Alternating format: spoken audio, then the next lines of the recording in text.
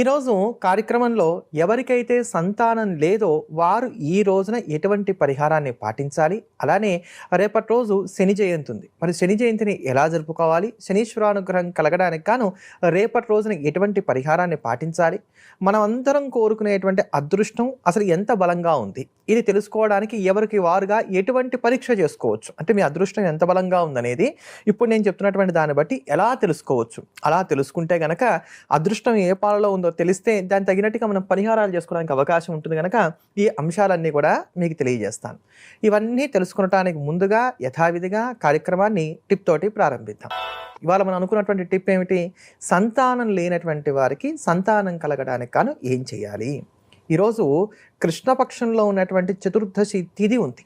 ఈ తిథి ఈరోజు రాత్రి 7 గంటల వరకు కూడా ఉంటుంది కనుక రాత్రి 7 గంటల లోపుగా ఈ పరిహారం చేసేటువంటి ప్రయత్నం చేయండి. ఇది చాలా ప్రభావవంతమైనటువంటి పరిహారం. దీనికి దంపతులు ఇద్దరు కూడా ఉండాలి. ఎవరో ఒకరు ఆచరించినట్లయితే ప్రయోజనం రాదు. ఒక సొరకాయ తీసుకోండి, భార్య భర్త ఇద్దరు కూడా ఒకరి తర్వాత ఒకరుగా దాంతో దిగదుర్చుకోవాలి. ఇలా దిగదుర్చుకున్న తర్వాత ఈ సొరకాయని ఒక నల్లని పట్టలో కట్టి దీన్ని తుమ్మ చెట్టుకు వేలాడదీయాలి. ఈ క్రియ అంతా కూడా ఇద్దరూ కలిసే చేయాలి. ఎక్కడా ఎటువంటి దూరాభార ప్రయాణాలు చేయకుండా, పెద్దవైనటువంటి ఆర్థికంగా ఖర్చు పెట్టేటువంటి పరిహారాలు చేసుకోకుండానే ఇటువంటి చిన్నపాటి తేలికైనటువంటి వాటితో కూడా చేయొచ్చు. అయితే కాలం కలిసి రావాలి. అందుకని అటువంటి ఆ కాలం ఈరోజు ఉంది కనుక దీన్ని గుర్తెరిగి ఈరోజు ఈ పరిహారాన్ని పాటించండి, మంచి ఫలితాలని అందుకోగలుగుతారు. ఇంకా తతిమా విషయాలు తెలుసుకోవడానికి ముందుగా తిథి వార నక్షత్రాలతో కూడినటువంటి పంచాంగాన్ని. గురుగారు, ఈ రోజు ఉన్నటువంటి నక్షత్రం కృత్తికా నక్షత్రం కనుక కృత్తికా నక్షత్రం కలిగినటువంటి ఈ రోజున మనం అందరం కూడా సుబ్రహ్మణ్యేశ్వర స్వామి వారిని ఆరాధన చేయాలి. స్వామివారికి కృత్తికలు స్తన్యం ఇచ్చి పెంచి పోషించారు అనేటువంటి మాట మనకి పురాణాలను అనుసరించి అందరికీ కూడా తెలిసినటువంటి కథే. అందుకనే ఆ కృత్తికలన్నా వారి ఆధిపత్యం వహించేటువంటి కృత్తికా నక్షత్రం అన్నా సుబ్రహ్మణ్యేశ్వర స్వామి వారికి చాలా ప్రీతి. మనకి ఇక్కడ తక్కువ కానీ తమిళనాడు ప్రాంతంలో ఈ కృత్తికా నక్షత్రం ఉన్నటువంటి రోజున ప్రతి సుబ్రహ్మణ్యాలయంలో కూడా కృత్తికా వ్రతాన్ని నిర్వహిస్తారు. చాలా విశేషంగా అమిత వైభవంగా చేస్తారు.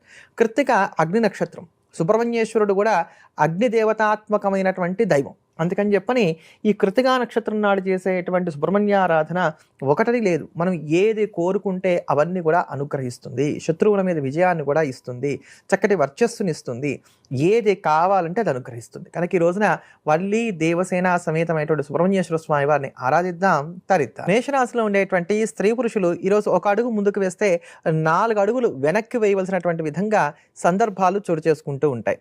ఆర్థిక విషయాల్లో తగు జాగ్రత్తలు పాటించుకోవాలి. వృధా ఖర్చులు పదే పదే ఎదురవుతూ ఉంటాయి. ఉద్యోగస్తులు కావచ్చు, వ్యాపారస్తులు కావచ్చు, వృత్తి మీద ఆధారపడినటువంటి వారు కావచ్చు, మీరందరూ కూడా ఈ రోజున మీ పని వరకు మీరు పరిమితం అవ్వటం, పెద్దవైనటువంటి ఆశలు ఆశయాలకి పోకుండా ఉండటం అనేది చెప్పదగినటువంటి సూచన. విద్యార్థుల్లో కోపం పెరుగుతుంది, అలసట కూడా కాస్త ఎక్కువగా ఉంటుంది, కీలకమైన నిర్ణయాలు తీసుకోవడానికి దూరంగా ఉండాలి. ఈరోజు మీరు ధరించకూడని రంగు వంకాయ రంగు. పాటించవలసిన పరిహారం నవగ్రహ స్తోత్రాన్ని, లక్ష్మీ కవచ స్తోత్రాన్ని పాటించడం. తదుపరి వృషభ రాశిలో ఉండేటువంటి స్త్రీ పురుషులకు ఈరోజు కాలం అనుకూలంగా ఉంది. ఇక్కడ తగాదా పడినట్లయితే పని అవుతుంది అనుకున్నట్లయితే అటువంటి వాటి మీద దృష్టి సారించడానికి చాలా అనుకూలమైనటువంటి కాలం. మానసిక సంఘర్షణ ఉన్నప్పటికీ కూడా ఎదుగుదలకు ఎటువంటి ఆటంకాలు కూడా ఈ రోజున గోచరించడం లేదు. అంది వచ్చినటువంటి అవకాశాలు చేజార్చుకోకుండా మాత్రం తగు జాగ్రత్తలు పాటించుకోవాలి. ఈ రోజు మీరు ధరించకూడని రంగు తెలుపు రంగు. పాటించవలసిన పరిహారం సుబ్రహ్మణ్యాష్టకాన్ని పాటించడం. తదుపరి మిథున రాశిలో ఉండేటువంటి స్త్రీ పురుషులకు శ్రమ ఎక్కువగా ఉంటుంది, ఫలితాలు తక్కువగా ఉంటాయి. ఈ రాశిలో ఉండేటువంటి వారు ఈరోజు ఆర్థిక విషయాల్లో జాగ్రత్తగా ఉండాలి. రుణాలు అనేటువంటివి తప్పకపోవచ్చు, మాట పడవలసినటువంటి అవసరాలు ఏర్పడుతున్నాయి. వ్యాపారస్తులైనటువంటి వారు ఆచి తూచి అడుగులు ముందుకు వేయడం మంచిది. విద్యార్థుల్లో శ్రద్ధాలోపం ఏర్పడుతుంది. ఈరోజు మీరు ధరించకూడని రంగు పసుపు రంగు. పాటించవలసిన పరిహారం నృసింహ కరావళంబ స్తోత్రాన్ని పాటించడం. తదుపరి కర్కాటక రాశి ఉండేటువంటి స్త్రీ పురుషులకు ఈరోజు సానుకూలమైనటువంటి స్థితిగతులు గోచరిస్తున్నాయి. నూతన ఉద్యోగ ప్రయత్నాలు చక్కగా కలిసి వస్తాయని చెప్పుకోవాలి. అలానే ఆర్థిక విషయాల్లో కూడా రుణాలు తీర్చడానికి గాను చేసే ప్రయత్నాలకు, లోన్ల కోసం చేసేటువంటి ప్రయత్నాలకు ఈరోజు కాలం చాలా అనుకూలంగా ఉన్నది. జీవిత భాగస్వామి యొక్క సంపూర్ణమైనటువంటి సహాయ సహకారాలు కలిసి వస్తాయి. ప్రేమలు కూడా ఫలప్రదమవుతాయి. చర్చలన్నీ కూడా సానుకూలంగా కొనసాగుతున్నాయని చెప్పుకోవాలి. ఈరోజు మీరు ధరించకూడని రంగు కాఫీ పొడి రంగు. పాటించవలసిన పరిహారం దశరథ కృత శని స్తోత్రాన్ని పఠించడం. సింహరాశిలో ఉండేటువంటి స్త్రీ పురుషులకు ఈరోజు చిన్నపాటి తగాదాలు, విభేదాలు చోటు చేసుకుంటాయి. కానీ వాటిలో కూడా మీదే పైచేయిగా కొనసాగుతుంది. ఎక్కడ గౌరవ మర్యాదలకు లోటు అనేది లేదు.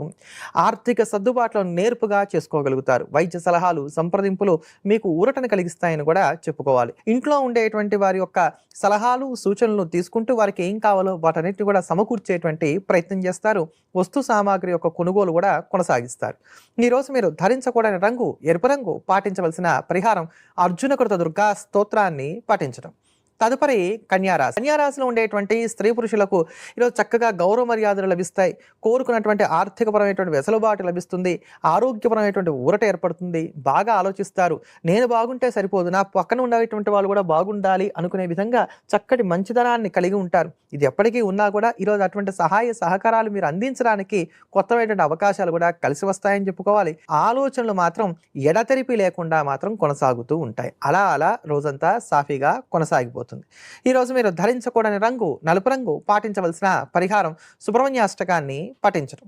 తదుపరి తులారాశి. తులారాశిలో ఉండేటువంటి స్త్రీ పురుషులకు ఈరోజు ఒకే ఒక్క మాట ఏమిటయ్యా అంటే అన్నింట్లోనూ అంటి ముట్టనట్టు తామరాకు మీద నీటి బిందువులాగా ఉండటం. రోజువారి పనులకు మాత్రమే పరిమితం అవ్వటం. పంతాలకు పోవడానికి, ఏదో సాధించాలనేటువంటి తపనకు, వీటి వేటికి కూడా ఈరోజు అంత అనుకూలమైనటువంటి కాలం కాదు. రిస్క్ అనేటువంటి పదాన్ని కల్లో కూడా రానివ్వకుండా తగు జాగ్రత్తలు ఈరోజు తీసుకోవాలి. ఈరోజు మీరు ధరించకూడని రంగు ఆరెంజ్ కలర్. పాటించవలసిన పరిహారం నవగ్రహ స్తోత్రాన్ని పఠించడం. తదుపరి వృశ్చిక రాశి. రాశిలో ఉండేటువంటి స్త్రీ పురుషులకు నూతన ఉద్యోగ ప్రయత్నాలు, అదే ప్రకారంగా నిరుద్యోగమైనటువంటి వారు చేసే ప్రయత్నాలు, ఆర్థిక స్థితిగతులు మెరుగుపరచుకోవడానికి కానీ చేసే ప్రయత్నాలు, వ్యాపారపరమైనటువంటి చర్చలు, రుణాల కోసం చేసేటువంటి ప్రయత్నం అంటే లోన్స్ లాంటి వాటి కోసం చేసే ప్రయత్నాలు ఏవైతే ఉంటాయో ఇవి మీ మనసులో ఉన్నటువంటి మాటను ఎదుటి వారి దగ్గర నిర్భయంగా వ్యక్తం చేయడానికి, దస్తావేజులకు సంబంధించినటువంటి అంశాలు ఇవన్నీ కూడా ఈ రోజున చక్కగా సానుకూలంగా కొనసాగుతున్నాయి. ఈరోజు మీరు ధరించకూడని రంగు గులాబీ రంగు. పాటించవలసిన పరిహారం వెంకటేశ్వర కరావలంబ స్తోత్రాన్ని పాటించడం. ధనుసు రాశిలో ఉండేటువంటి స్త్రీ పురుషులకు ఈరోజు మధ్యస్థమైనటువంటి ఫలితాలు గోచరిస్తున్నాయని చెప్పుకోవాలి. ఆర్థికంగా చాలా అనుకూలంగా ఉంది. మీరు రుణాలు వసూలు చేసుకోవడానికి చేసే ప్రయత్నాలైనా, లేదా ఆర్థికంగా మీకు ఏదైనా ఇబ్బంది ఉంటే దాంట్లోంచి బయటపడడానికి కానీ చేసే ప్రయత్నానికైనా చాలా అనుకూలమైనటువంటి కాలం. మీ తప్పు లేదు అని మీరు నిరూపించుకోగలుగుతారు. శత్రువులకు మీరంటే ఏమిటో రుచి చూపించగలుగుతారు. ఇలా ప్రతి అంశం కూడా ఈరోజు చాలా అనుకూలంగా కొనసాగుతున్నదని చెప్పుకోవాలి. అయితే వాహనానికి సంబంధించిన విషయాల్లో కాస్త జాగ్రత్తగా ఉండాలి. వాహన మరమ్మతులు లాంటివి ఇట్లాంటివి కాస్త తప్పకపోవచ్చు అని చెప్పుకోవచ్చు. కొంత సౌకర్యాల్లో మాత్రం లోటు అనేటువంటిది ఈ రోజున ఏర్పడుతుంది. ఈ రోజు మీరు ధరించకూడని రంగు ముదురు ఆకుపచ్చ రంగు. పాటించవలసిన పరిహారం రాహుగ్రహ కవచాన్ని పఠించడం. తదుపరి మకర రాశి. మకర రాశిలో ఉండేటువంటి స్త్రీ పురుషులకు ఈరోజు సాధారణమైన ఫలితాలు గోచరిస్తున్నాయని చెప్పుకోవాలి. ఆ అంటే తప్పుగా ఉంటుంది, ఊ అంటే తప్పుగా ఉంటుంది. ఆర్థిక విషయాలు బాగా విసుగ్గా కొనసాగుతున్నాయి. కోపం, ఆవేశం వీటన్నిటికి కూడా దూరంగా ఉండేటువంటి ప్రయత్నం చేయండి. రోజువారి పనులకు మాత్రమే పరిమితం అవ్వండి. ఈ రోజున కీలకమైనటువంటి నిర్ణయాలు తీసుకోవాలి, తప్పదు అనుకునేటువంటి సందర్భాలలో అనుభవం కలిగినటువంటి వారి యొక్క సలహాలు, సూచనల మేరకు ముందుకు వెళ్ళండి. తల్లిదండ్రులతో తగాదాలకి దూరంగా ఉండండి. ఈ రోజు మీరు ధరించకూడని రంగు బూడిద రంగు. పాటించవలసిన పరిహారం నవగ్రహ స్తోత్రాన్ని, సంకష్ట గణపతి స్తోత్రాన్ని పఠించడం. తదుపరి కుంభరాశి. కుంభరాశిలో ఉండేటువంటి స్త్రీ పురుషులు అనుకునేది ఒకటి, జరిగేది మరొకటిగా ఉంటుంది. కాస్త అయోమయంగా, గందరగోళంగా, పరిస్థితులు తారుమారుగా ఈ రోజంతా కూడా కొనసాగుతున్నాయి గనక ప్రత్యేకించి ఆర్థిక విషయాల్లో, వృత్తి ఉద్యోగాల పరంగా కొంచెం జాగ్రత్తగా ఉండవలసినటువంటి కాలంగా చెప్పుకోవాలి. సంతకానికి విలువ కలిగినటువంటి ఉద్యోగాల్లో ఉండేటువంటి వారు ఈరోజు మరింత జాగ్రత్తలు పాటించుకోవడం అనేది చెప్పదగినటువంటి సూచన. ముఖ్యంగా చతుర్థంలో 4 గ్రహాల యొక్క సంచారం ఉన్నటువంటి కారణం చేత శారీరక మానసికపరమైనటువంటి అలసట ఎక్కువగా ఉంటుంది. మిమ్మల్ని నష్టపరిచేటువంటి వారు మీ పక్కనే ఉంటారు కనుక ఎవరిని విశ్వసించకుండా ఉండటం కూడా మంచిది. ఈరోజు మీరు ధరించకూడని రంగు నీలం రంగు. పాటించవలసిన పరిహారం హనుమాన్ చాలీసాని పఠించడం. తదుపరి మీనరాశి. మీనరాశిలో ఉండేటువంటి స్త్రీ పురుషులకు ఈరోజు ఆర్థికంగా చాలా బాగుంది. చక్కటి వెసలుబాటు అనేటువంటిది ఆరోగ్యపరంగా కూడా లభిస్తుందని చెప్పుకోవాలి. ఊరట కలిగించేటువంటి కొన్ని పరిణామాలు వృత్తి ఉద్యోగాల పరంగా కూడా చోటు చేసుకుంటాయి. ముఖ్యంగా భార్యాభర్తలు గనక కూర్చొని మాట్లాడుకున్నట్లయితే మీ మధ్యలో వస్తున్నటువంటి పొరపచ్చాలు ఏవైతున్నాయో ఇవన్నీ కూడా తొలగిపోతాయి. కనుక చాలా అనుకూలమైనటువంటి కాలం. పరిచయాలు వృద్ధి చేసుకోవడానికి కూడా ఇది చాలా అనుకూలమైనటువంటి కాలం. మీరు ఎవరి మీద ఫిర్యాదులు చేద్దాం అనుకున్న వాటికి కూడా కలిసి వచ్చేటువంటి రోజు గనక ఈ కాలాన్ని సద్వినియోగం చేసుకోండి. ఈరోజు మీరు ధరించకూడని రంగు చిలక ఆకుపచ్చ రంగు. పాటించవలసిన పరిహారం దుర్గా అమ్మవారిని యథాశక్తిగా పూజించడం. దృష్టము అంటే కంటికి కనబడేది, అదృష్టము అంటే కంటికి కనబడకుండా ఉండేటువంటిది. కంటికి కనబడకుండా చేయూతనిచ్చేవాడు ఎవరు? భగవంతుడే.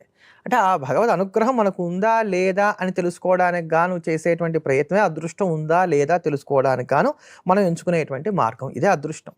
అలానే మనకి భారతంలో ఒక మాట ఉందనమాట. అసలు అదృష్టం అంటే ఏమిటి అని ఒక ప్రశ్న వేసినప్పుడు దానికి ఏం సమాధానం చెప్పారంటే, మానవ ప్రయత్నానికి భగవద్ అనుగ్రహం తోడైతే దాన్ని అదృష్టం అంటారు అని అన్నారు. ఇలా ప్రయత్నాలు చేస్తున్నప్పటికీ అవి కలిసి రావట్లేదు అంటే మనకు అదృష్టం లేదు అని అర్థం కదా.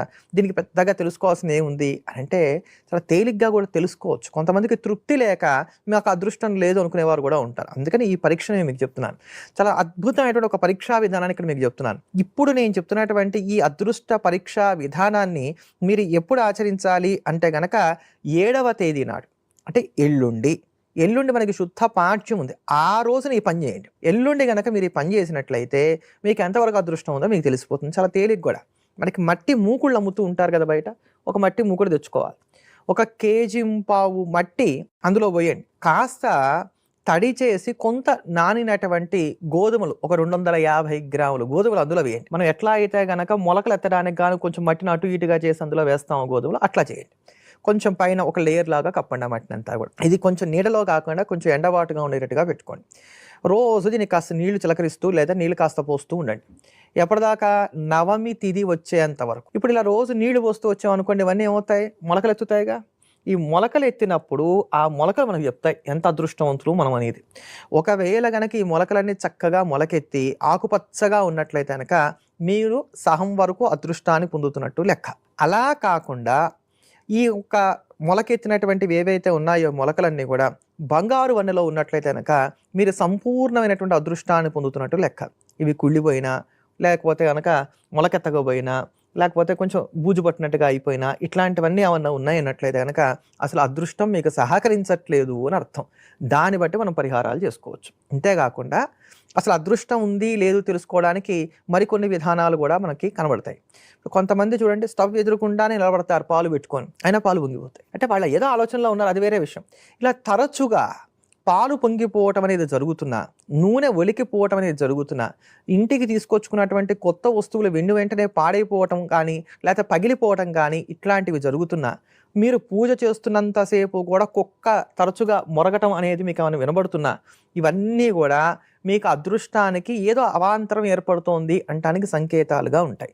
లేదా మీరు పూజ చేసుకునేటప్పుడు చంటి పిల్లలు ఊరికనే తరచుగా ఏడవడం, లేదా ఇంట్లో ఉండేటువంటి పిల్లలు బాగా ఏడవటం, కనిష్ట సంతానం, ఆఖరి సంతానం ఎవరైతే ఉంటారో వాళ్ళు నిద్ర లేచిన దగ్గర నుంచి నాకు ఆకలిస్తుంది అని అంటున్నా.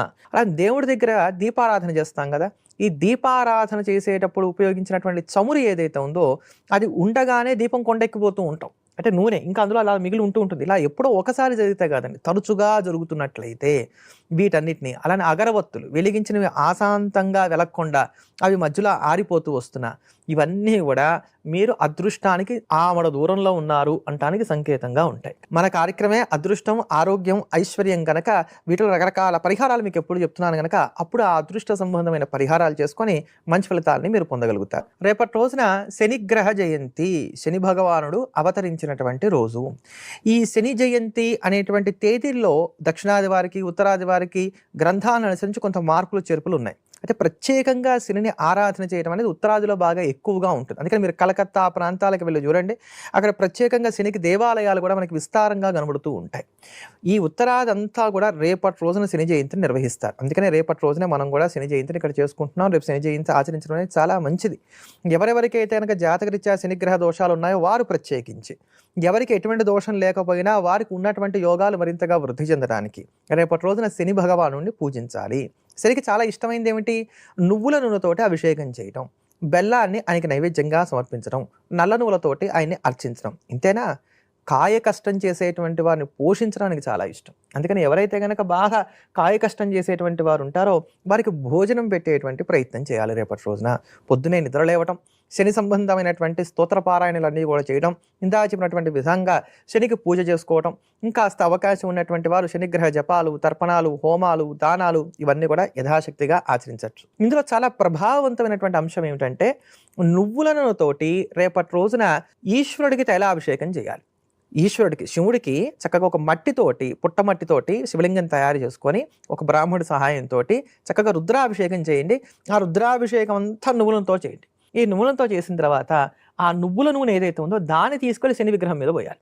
ఇలా కనుక రేపటి రోజున చేయగలిగినట్లయితే ఎవరెవరికైతే కనుక తీవ్రమైనటువంటి శనిగ్రహ దోషాలు ఉన్నాయో ఇవన్నీ కూడా శాంతపడతాయి. మరిన్ని అంశాలను రేపటి రోజు